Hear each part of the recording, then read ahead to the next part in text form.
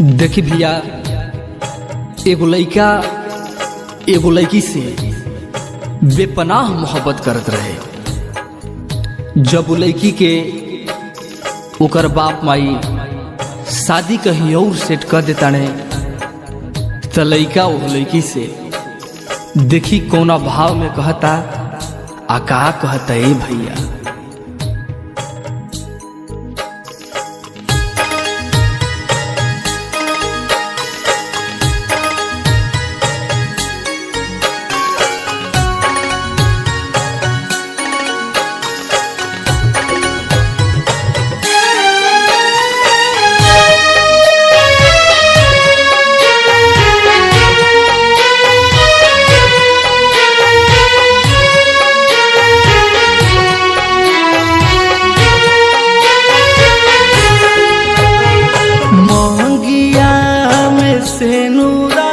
सजैलू पियावा के भैलू हो मंगिया में से नूरा सजैलू पियावा के भैलू हो।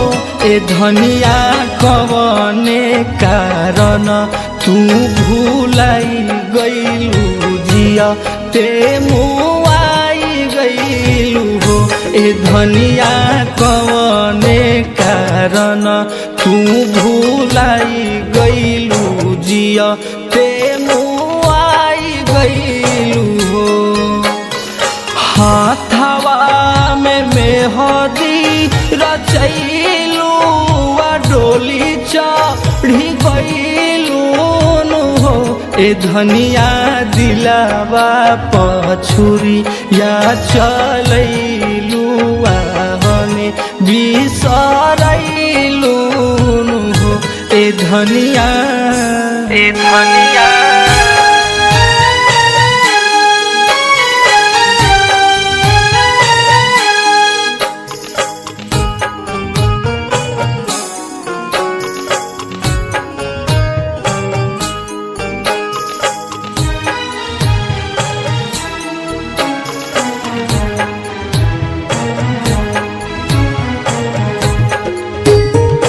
काहे खाती पागल बनैलू हमें छनैलू हो।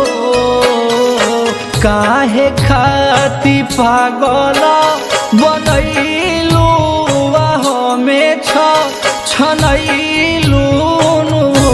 ए धनिया दिलावा के पत्थर बनैलू काहे तू रोवैलू हो। ए धनिया दिलावा के पत्थर बनैलू काहे तू रोवैलू हो।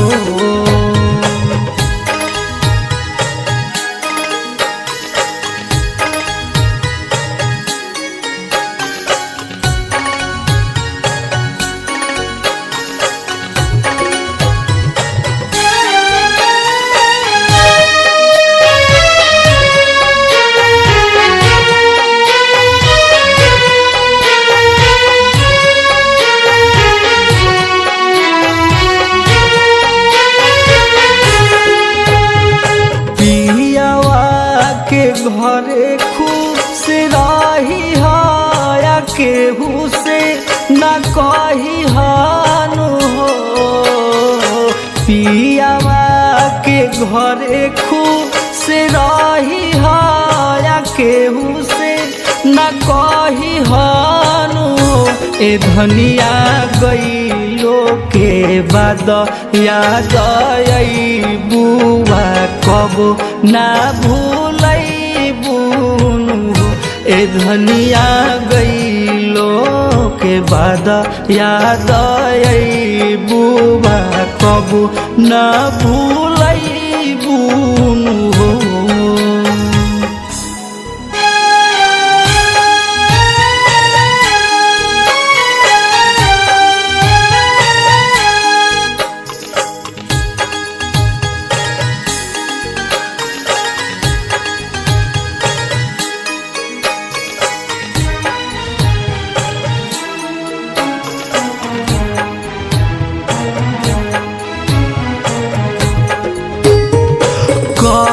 कही फाटता वे छतिया कहे भोलुआ बतिया